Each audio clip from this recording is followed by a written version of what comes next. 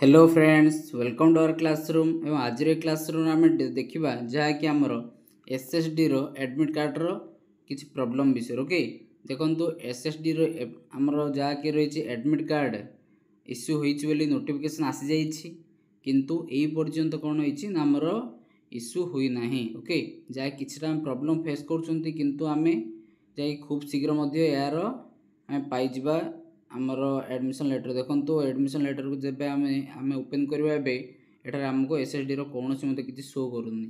Okay से आउ कौन प्रॉब्लम होना नेक्स्ट देखो एडमिशन लेटर एमती पूरा ब्लैंक पलि आकि यही पर्यंत आमर टोटाल आमर एडमिट कार्ड इश्यू ही होना।